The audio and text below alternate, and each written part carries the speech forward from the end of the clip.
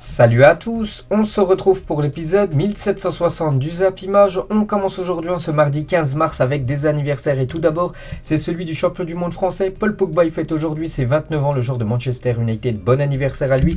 Il y a aussi Diego Carlos, l'ancien Nantais, il fête aujourd'hui ses 29 ans également.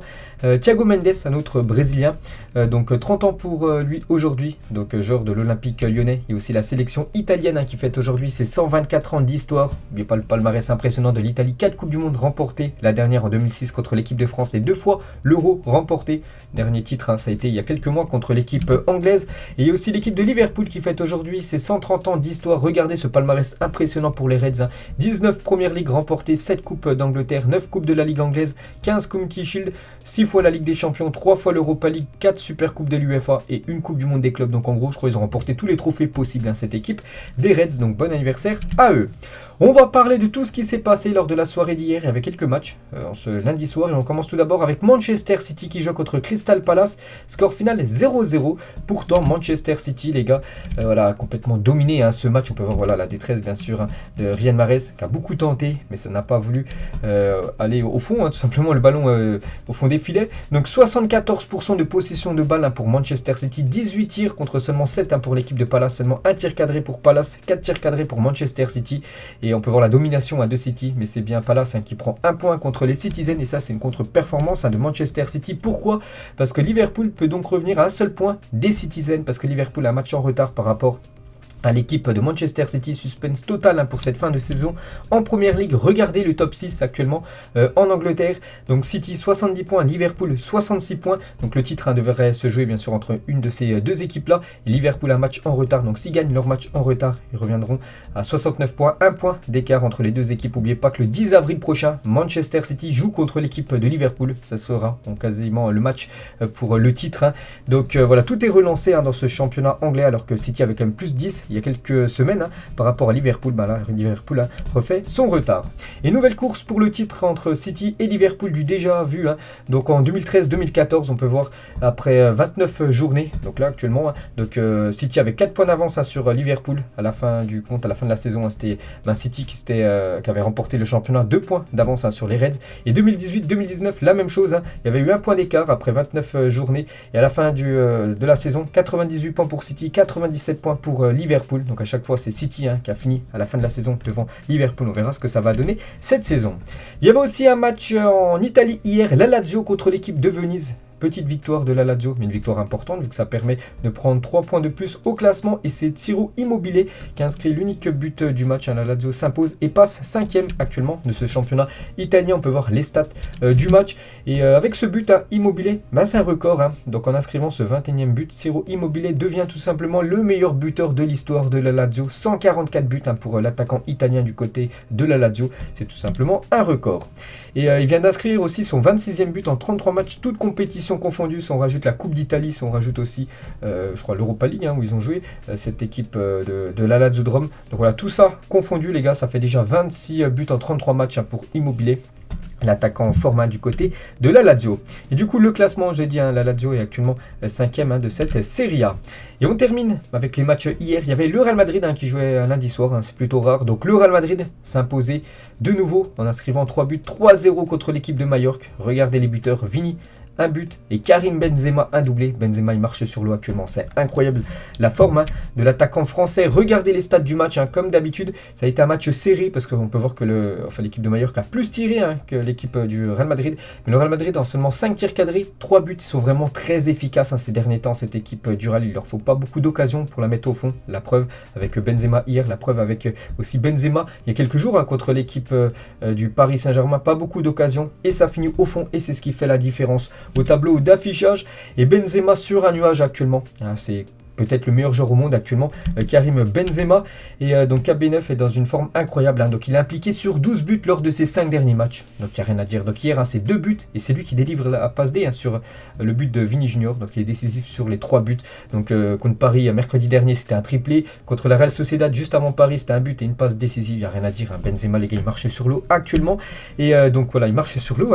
Et en Liga, cette saison, donc il est impliqué dans 33 buts. Donc 22 buts actuellement. Et 11 passes décisives. Numéro numéro 1, top 5 européen. Aucun joueur dans les 5 gros championnats européens ne fait mieux que Karim Benzema actuellement, même Lewandowski, parce que là on compte bien sûr but plus passes décisives, et Benzema c'est tout simplement le premier cette saison. Et on peut voir que, le classement des meilleurs buteurs actuellement en Liga, c'est Karim Benzema. Donc 22 buts pour KB9. Donc Vini Junior, lui actuellement deuxième de ce classement. Donc les deux joueurs du Real Madrid aux 2 premières places de ce classement des meilleurs buteurs en Liga. Et Benzema, 257 buts, est devenu donc hier soir le meilleur buteur français de l'histoire des 5 grands championnats européens, devant Bernard Lacombe, 255. Donc avant ils étaient ex-aequo avant le match. Et vu que Benzema a inscrit un doublé, donc du coup il devient le meilleur buteur français de l'histoire des 5 grands championnats européens. Félicitations à lui. Et un autre record pour Benzema, j'ai l'impression à chaque fois que je parle de Benzema, à chaque fois le lendemain d'un match, à chaque fois il bat plein de records. Donc Benzema devient le meilleur buteur français de l'histoire en carrière professionnelle en devançant Thierry Henry. Donc Thierry Henry est à 411.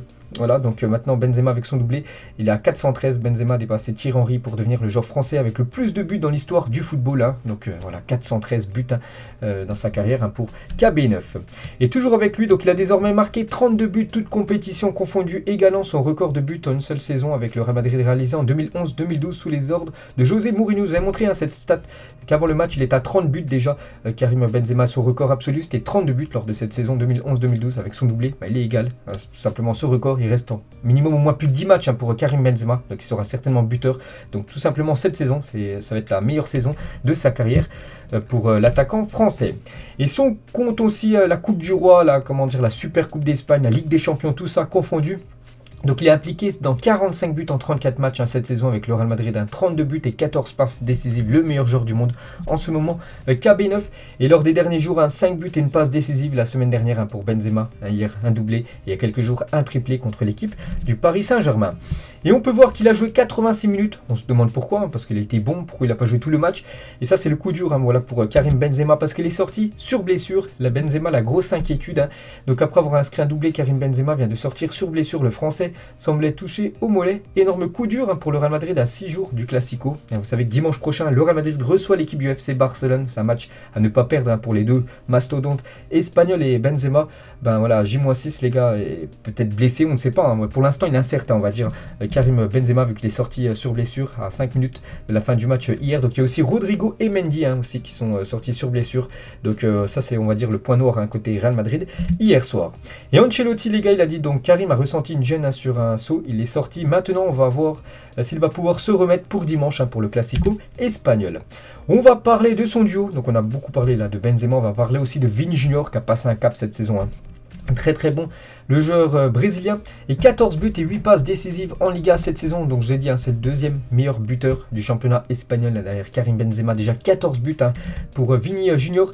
Et si on prend toutes les compétitions, donc toutes compétitions confondues avec la Ligue des Champions et la Coupe du Roi en plus, donc c'est 17 buts et 10 passes décisives pour Vini Junior. Regardez, si on compare voilà, ces 17 buts avec les saisons précédentes, donc la saison dernière il était seulement à 6 buts où il était impliqué, Vini Junior, il y a 2 ans c'était 5 buts et il y a 3 ans 4 buts, et là il a 17 buts pour vous montrer le cap passé pour l'ailier brésilien. Et il a encore humilié des pères de famille hier soir, donc voilà, ça a été compliqué pour les joueurs de Majorque de défendre sur Vini Junior, un joueur très vif avec beaucoup de vélocité, beaucoup de dribble, voilà, où c'est toujours compliqué à lui prendre le ballon. Donc voilà la feinte qu'il a mis aux joueurs de Majorque hier. On dirait qu'il est au Real Madrid depuis des années. Quelle acclimatation de David Alaba, voilà, qui intègre très bien. Vous savez qu'il a rejoint cette équipe du Real Madrid gratuitement, et on a l'impression, ça fait plus de 10 ans qu'il joue du côté du Real, vraiment très performant. Vraiment très efficace du côté de Madrid, un ancien joueur du Bayern Munich. Et Fede Valverde à la fin du match, nous savions que ça allait être un match difficile, mais nous avons mis beaucoup de pression sur Majorque, puis le match s'est ouvert. Je souhaite que Rodrigo se remette bientôt, je me sens mal pour lui par rapport à sa blessure. Casemiro, les gars, on va le féliciter car il a enregistré contre Majorque sa 150e victoire en Liga avec le Real Madrid. Félicitations à cette légende du côté du Real, le milieu défensif Casemiro. Et de nouveau, seul le point noir, c'est aussi côté Real Madrid. Le Real Madrid a beaucoup de mal à marquer en première mi-temps, c'est incroyable. Hier, les 3 buts ont été inscrits en deuxième mi-temps, et les buts du Real Madrid en première mi-temps, lors des 11 derniers matchs, il y a seulement eu 2 buts contre la Real Sociedad en tout début de match. Sinon, tous les 10 autres matchs, à chaque fois, aucun but inscrit en première période. Chaque fois, le Real Madrid gagne souvent ses matchs en deuxième période. Peut-être à force de fatiguer l'adversaire, ils arrivent à être décisifs. Mais voilà, c'est quand même incroyable de jouer seulement 45 minutes. Enfin, ils ne jouent pas seulement 45 minutes, mais on va dire d'être décisif seulement en deuxième période pour cette équipe madrilène. madrilène. Et la photo les gars de Rodrigo qui est sorti sur blessure, voilà, qui se rétablisse très très vite, cette pépite brésilienne. Et quel duo en une journal as aujourd'hui, un but de Vini et un doublé de Benzema face à Mallorca permettent au Real Madrid de s'envoler en tête de Liga. Le Français n'a pas terminé le match après une gêne au mollet qui rend sa participation au Classico incertaine. Rodrigo et Mendy aussi blessés. Et là, une autre journal Marca aujourd'hui à 10, donc en gros plus 10 pour l'équipe du Real Madrid par rapport à son dauphin, l'équipe de Séville. Donc tout va bien actuellement pour le Real Madrid. Donc après 28 journées, donc plus 10 à 66 pour le Real, 56 pour l'équipe du FC Séville. Il reste plus que 10 journées, il y en a 38 bien sûr dans les gros championnats on va dire européens. Donc voilà, encore, allez, on va dire 4 victoires pour le Real Madrid. On va dire une défaite pour l'équipe de Séville et ça y est les gars, ça sera officiel. Le Real Madrid remportera de nouveau un championnat espagnol. Et Carlo Ancelotti l'a dit, 10 points d'avance sur Séville, cela ne change rien. Nous voulons gagner le Classico dimanche, perdre la Liga avec 10 points d'avance. Regardez, j'ai perdu une finale de Ligue des Champions en gagnant 3-0. J'espère que cela ne se reproduira plus, bien sûr. Voilà ce que dit Ancelotti, pour l'instant toujours très prudent malgré le plus 10 au classement pour cette équipe du Real. Et on va regarder cette fois-ci maintenant à J-10 des gros championnats européen, voilà, tout en Europe, voir la situation. Donc on a parlé du championnat espagnol, donc voilà, le Real Madrid bien parti pour remporter voilà, cette Liga. Il y a des autres championnats aussi où c'est quasiment fait, on peut dire, bon, le Real Madrid pour moi c'est fait, je vois pas du tout l'équipe de Séville revenir sur le Real Madrid. La même chose dans le championnat français, le PSG a 15 points d'avance sur l'équipe de Marseille, deuxième, et à J-10 on va dire, de la fin du championnat en journée. Donc voilà, le PSG bien sûr sera champion de France. La même chose en Turquie, donc Trabzonspor les gars, à 9 journées de la fin, donc ils ont plus 15 d'avance sur Konyaspor, donc aussi Trabzonspor sera champion de Turquie. Le Bayern aussi, c'est quasiment fait les gars, le Bayern a 7 points d'avance sur l'équipe de Dortmund. Je vois pas du tout comment Dortmund, bon après Dortmund a un match en retard, donc c'est vrai que ça peut encore changer les choses, mais bon je vois pas comment Dortmund pourrait revenir bien sûr sur l'équipe du Bayern Munich. Du côté de Porto, voilà, donc il reste à peu près une dizaine de journées. Donc Porto a 6 points d'avance sur l'équipe du Sporting. N'oubliez pas que Porto n'a toujours pas perdu cette saison dans le championnat portugais. N'oubliez pas que Lyon s'est imposé il y a quelques jours du côté de Porto, pour vous dire l'exploit des Lyonnais, actuellement 10e de la Liga. Du côté de l'Italie, là ça va être vraiment compliqué. Il y a pas mal d'équipes, je vois quand même 4 clubs, jusqu'à l'équipe de la Juventus. La Juventus qui a quand même beaucoup de points de retard, mais voilà, tout peut se jouer. Il reste encore 9 journées pour toutes ces équipes. Donc c'est l'AC Milan actuellement qui est bien parti pour remporter ce championnat. Et du côté de l'Angleterre, on a parlé tout à l'heure là aussi, ça va être très très serré entre Manchester City et Liverpool. Donc voilà, je l'ai dit, ce City-Liverpool prévu le 10 avril prochain qui sera décisif pour désigner le vainqueur de ce championnat anglais. Et aussi du côté du championnat néerlandais, donc il reste à peu près une dizaine de journées là aussi. C'est le sprint final, ça va se jouer entre les deux grosses équipes néerlandaises, l'Ajax et le PSV. Pour l'instant, avantage à l'Ajax, à 2 points d'avance sur l'équipe du PSV. Aujourd'hui, bien sûr, retour de la Coupe d'Europe, les derniers huitièmes de finale de la Ligue des Champions et les huitièmes de finale retour de l'Europa League, enfin jeudi. Et là on va parler de la journée d'aujourd'hui, donc avec deux affiches, l'Ajax contre le Benfica au match aller de partout. Donc du côté de la Johan Cruyff Arena, l'Ajax devra faire le taf, attention. Voilà, cette équipe portugaise qui les a gênés au match aller. N'oubliez pas que l'Ajax, lors des matchs de poule, 6 matchs, 6 victoires. Donc il va falloir faire le taf ce soir à domicile. Et il y a ce match Manchester United contre l'Atlético Madrid. La même chose au match aller, il y a eu un partout. Donc tout se jouera ce soir à Old Trafford. Et c'est officiel, ça sera Slavko Vincic qui est chargé d'arbitrer le huitième de finale entre Manchester et l'Atlético de Madrid ce soir. Ça sera lui l'arbitre de la rencontre, quelqu'un de très important. Même si à la VAR, tout ça, c'est toujours lui qui prend la décision finale. Alors voilà, de ce qui se passe bien sûr dans les rencontres. Et Ralf Rangnick, le coach de Manchester, cela ne dérange pas l'Atlético de ne pas voir le ballon.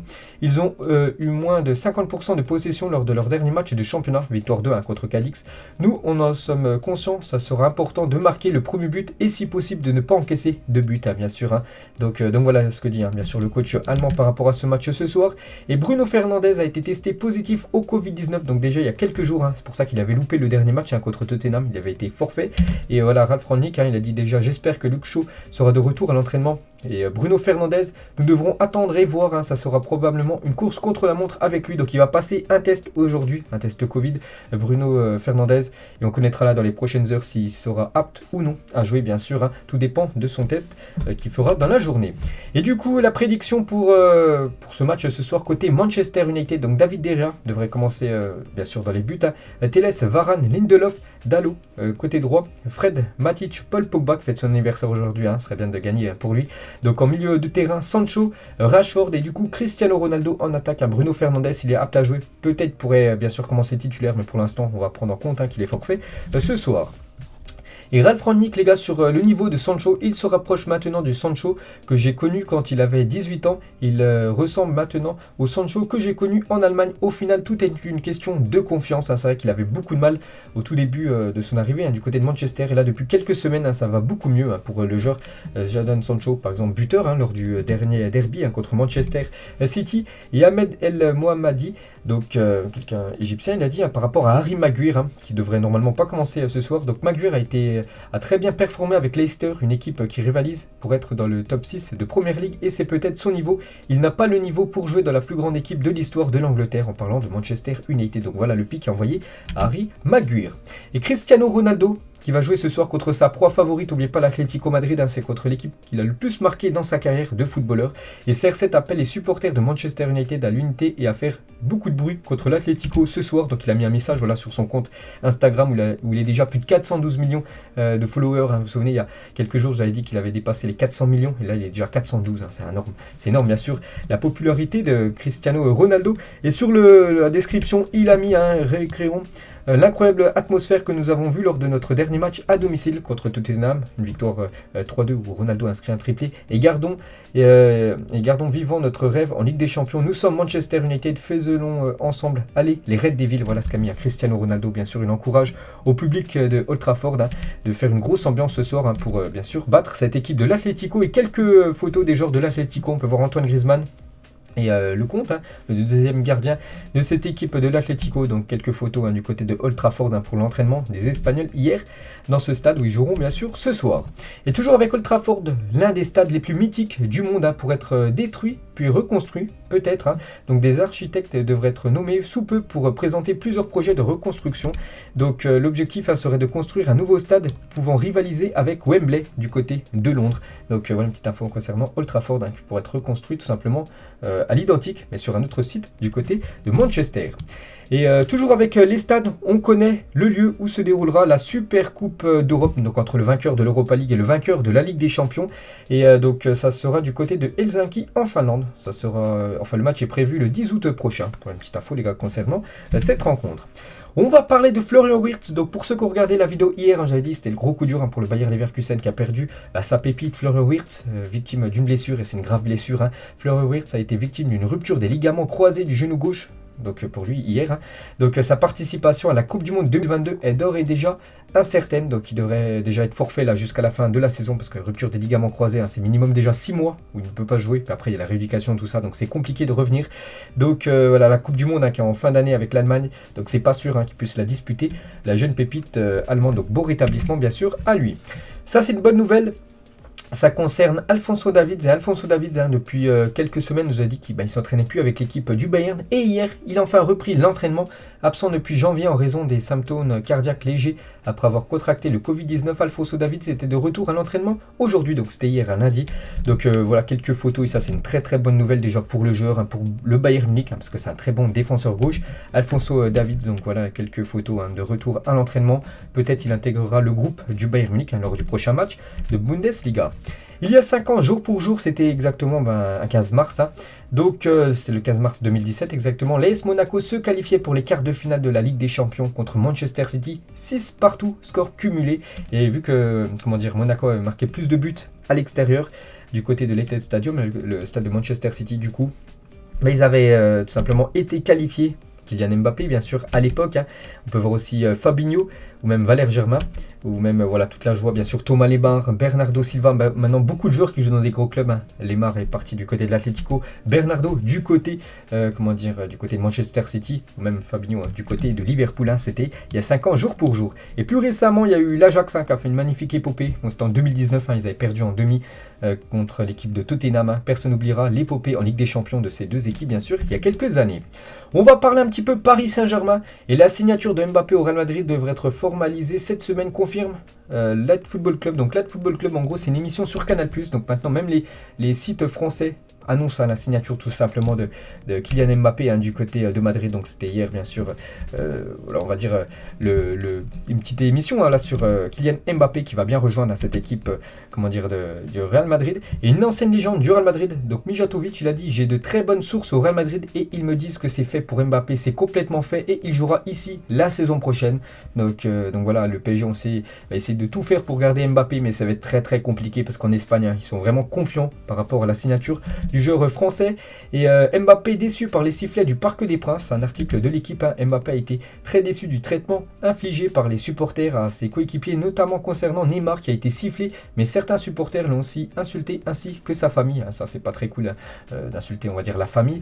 Donc or Mbappé estime que l'équipe gagne ensemble et perd ensemble. Donc voilà, bien sûr Mbappé très on va dire pas énervé, mais voilà, très déçu des supporters parisiens qu'ils aient sifflé, surtout Messi et Neymar.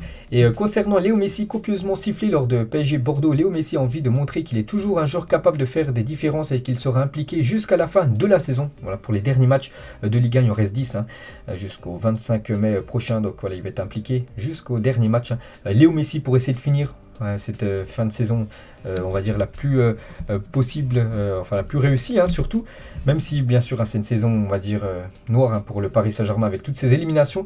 Et Mikou les gars, il a dit: non mais sérieux, comment peut-on siffler Messi à chaque fois qu'il touche le ballon? On touche vraiment le fond, il n'y a qu'en France que l'on peut voir ça, c'est tellement triste, on ne le mérite pas, selon moi il partira cet été et il aura raison. Il a dit ça je crois sur micro de RMC. Mikou ne comprend pas voilà pourquoi on siffle Léo Messi. Et Martin Lieberman sur les sifflets du Parc envers Messi: je peux comprendre qu'ils soient énervés, ils peuvent siffler oui, mais c'est la limite, le PSG est moyen, peut-être qu'ils ne savent pas qu'ils sont un petit club avec beaucoup d'argent qui se pense grand. Donc voilà, surtout les supporters du PSG, il y en a beaucoup qui ont été critiqués par rapport au sifflet envers Léo Messi et envers aussi Neymar. Et c'est l'un des sujets qui fait pas mal parler depuis 24 heures. C'est quoi votre avis sur les sifflets du Parc contre Messi et Neymar? Donc c'est sur le Twitter ActuFoot, Twitter vraiment qui renseigne beaucoup sur le foot, plus de 4 millions de personnes suivent. Et il y a eu plus de 100 000 votes, quasiment en 96 000 exactement. Donc est-ce que c'est... on avait le choix, deux choix. Donc soit c'est honteux ou soit parfaitement logique. Donc moi j'ai mis quand même parfaitement logique entre les deux choix. Pourquoi? Parce que pour moi, on attend beaucoup plus de Léo Messi et de Neymar, et surtout on parle de Léo Messi. Donc pour moi c'est plutôt logique quand même qu'il reçoit quand même des sifflets par rapport à cette saison on va dire très compliquée qu'il fait actuellement en France. Donc on peut voir quand même que la majorité, plus de 63% ont mis que c'est plutôt logique les sifflets envers bien sûr Léo Messi. Et Nabil Djeli, donc un consultant sur la chaîne L'équipe, pourquoi les sifflets? Donc il a mis cette photo les gars qui résume très très bien. Donc 2 buts en Ligue 1 en 1342 minutes pour Léo Messi depuis août dernier. Et Cristiano Ronaldo, c'est 3 buts contre Tottenham lors seulement d'un seul match en 80 minutes. Donc voilà pourquoi il y a eu beaucoup de sifflets pour Messi les gars, trop peu décisif cette saison dans le championnat français. Et sa femme, donc la femme de Messi, Antonella, assiste au match du PSG donc contre Bordeaux alors que son mari se fait huer. On peut voir qu'elle était limite en larmes bien sûr, la femme de Messi, avec tous les sifflets à l'encontre de son mari. Et Sir Alex Ferguson en 2015 à la BBC: Cristiano Ronaldo pourrait jouer pour Millwall, Queen's Park Rangers, Doncaster Rovers, donc en gros des petites équipes anglaises, n'importe qui, et marquer un triplé dans un match. Je ne suis pas sûr que Messi puisse le faire, je pense que Messi est un produit de Barcelone. Donc en gros voilà ce que disait Ferguson il y a plus de 7 ans, que Messi vraiment il sera performant tout au long de sa carrière que du côté du Barça, il ne pourrait pas vraiment rayonner dans une autre équipe. Or le Barça, bon ça peut se voir vu qu'on sait qu'actuellement c'est compliqué sa situation du côté de Paris. Et la dernière story Instagram de Neymar laisse les jours difficiles te rendre plus fort. Donc voilà ce qu'a mis bien sûr Neymar lui aussi, beaucoup critiqué par rapport à cette défaite. Et Neymar ne comprend pas pourquoi il est considéré comme fautif principal de l'élimination face au Real Madrid. Le Brésilien n'exprime pas d'envie de départ et le PSG ne lui a pas indiqué la porte de sortie, mais celui-ci se pose néanmoins des questions par rapport à son avenir. Est-ce qu'il doit continuer ou non du côté de Paris? Donc voilà les dernières infos concernant Neymar. Et Jérôme Roten, donc consultant sur RMC, encourage les supporters à continuer de siffler les joueurs. Il a dit: pourquoi les gens ont plus sifflé Neymar et Messi plus que les autres? Parce qu'on attend plus d'eux, on attend 50 fois plus de ces joueurs-là. Je les encourage vraiment à ne pas se calmer et à toujours siffler Neymar et Mbappé lors des prochains matchs. Donc voilà, c'est Jérôme Roten bien sûr qui a fait ses déclarations hier soir. Et lui il soutient bien sûr, il apporte sa force à Messi et à Neymar. C'est Luis Suarez. Et comme toujours, le football n'a pas de mémoire. Messi et Neymar, je suis toujours avec vous. Je vous aime. La story de Luis Suarez sur Instagram. C'était quelques heures après où bien sûr les 2 joueurs ont été sifflés du côté du Parc des Princes. Et du côté de Paris, le siège du PSG à Boulogne-Billancourt a été tagué dans la nuit à Nasser Léo Out. QSI, 10 années de médiocrité. Donc voilà, bien sûr, toujours les supporters très mécontents à quasiment une semaine, jour pour jour, de cette élimination honteuse du Paris Saint-Germain contre l'équipe du Real Madrid. Regardez cette équipe, donc je vous dirai en fin de vidéo qui c'est. Donc vous pouvez essayer de chercher, bien sûr, on peut voir à chaque fois un drapeau. Donc en gros c'est le joueur qui joue là. Donc par exemple on va en numéro 9 un français, ou même le gardien c'est un gardien anglais. Donc je vous donnerai la réponse de quelle équipe il s'agit en fin de vidéo. On va parler de ce match Inter-Torino il y a quelques jours et pour l'énorme erreur constatée donc il y a quelques jours lors de ce contact sur Bellotti qui n'a pas amené de pénalty. Les arbitres, donc l'arbitre central et Massa, l'arbitre de la VAR, devraient être suspendus plusieurs matchs parce qu'en gros il y avait pénalty. Donc la VAR n'indique qu'il n'y avait rien du tout, alors que bien sûr il y avait vraiment contact. Et voilà, c'est dommage pour le Torino parce qu'ils auraient pu inscrire potentiellement un deuxième but et gagner contre l'Inter. Donc score final 1 partout. Nicolas Pallois souffre d'une entorse du ligament latéral interne et devra être indisponible 4 semaines. Il sera apte normalement pour la finale de la Coupe de France contre Nice, prévu le samedi 7 mai prochain. Une petite info concernant Timo Werner, n'a marqué qu'un seul but en championnat cette saison. C'est très peu. C'est moins que par exemple Thiago Silva, Rudiger ou même N'Golo Kanté ou même des autres joueurs. Un flop énorme. Voilà. Tous les autres joueurs, c'est comme des défenseurs. Ils ont plus marqué que Timo Werner, qui est pourtant l'attaquant de cette équipe du côté de Chelsea. Ça sent le départ pour Timo Werner en fin de saison. Thomas Tuchel sur le déplacement à Lille demain en Ligue des Champions. Selon les dernières informations que j'ai reçues, on a un avion, sinon on ira en train, sinon en bus, et sinon je conduirai un minibus pour aller du côté de Lille disputer ce 8e de finale retour, parce que vous savez que Chelsea actuellement ses comptes gelés par rapport avec le président Abramovich. Donc voilà les gars, comment se rendra l'équipe de Chelsea s'ils n'ont pas le moyen d'aller du côté de Lille en avion. On va parler de Saudi Media Group, représenté par Mohamed Al-Khereji, a fait une offre de 3,2 milliards d'euros pour le rachat de Chelsea. Ça pourrait peut-être être lui, le futur propriétaire de l'équipe des Blues. N'oubliez pas qu'Abramovich a fixé le prix à 3,6 milliards d'euros, donc lui il en propose un petit peu moins. Bien sûr, ça peut se négocier. Donc c'est un grand fan de Chelsea et dirige un consortium privé. À noter qu'il n'y aurait pas de lien avec le gouvernement. Voilà, donc une petite info les gars concernant peut-être le futur propriétaire de cette équipe des Blues. La pancarte de cet enfant: mon père est un héros, mais Salah est un roi, lors d'un match de Liverpool, bien sûr une légende totale du côté de Liverpool, le joueur égyptien. La saison de Christopher Nkunku, un petit rappel de ses stats incroyables, 37 matchs, 25 buts et 13 passes décisives, toute compétition confondue, nous fait tout simplement sa meilleure saison depuis son début de carrière pour l'ancien parisien, un joueur énorme cette saison. Et n'oubliez pas que Deschamps dévoilera après-demain la liste des joueurs retenus pour les 2 matchs amicaux de l'équipe de France. Donc ça sera jeudi à 14 h. Donc les 2 matchs sont prévus le vendredi 25 mars, donc là dans exactement 10 jours, ça sera à Marseille, ça sera contre la Côte d'Ivoire, et quelques jours après ça sera du côté de Lille, donc 2 matchs amicaux. Et bien sûr on attend certainement Christopher Nkunku. On attend aussi pourquoi pas le retour de Giroud qui est performant du côté de l'AC Milan, ou pourquoi pas aussi le retour d'Ousmane Dembélé. Jonathan David ne parvient plus à cadrer, et ça c'est un gros coup dur pour l'équipe lilloise qui joue contre Chelsea demain. Donc le cadre se dérobe par match cette saison, toute compétition confondue. On peut voir le nombre de tirs par rapport à la saison dernière, et cette saison il n'arrive plus du tout à cadrer tout simplement, l'attaquant canadien. On va parler des supporters de l'OM. Du côté de Bâle, donc officiel, suite à ces incidents, le parcage visiteur à Bâle sera fermé pour le match retour face à l'OM en Europa League. Les Marseillais ne pourront pas compter sur leurs supporters, et le très beau geste de l'équipe de Bâle.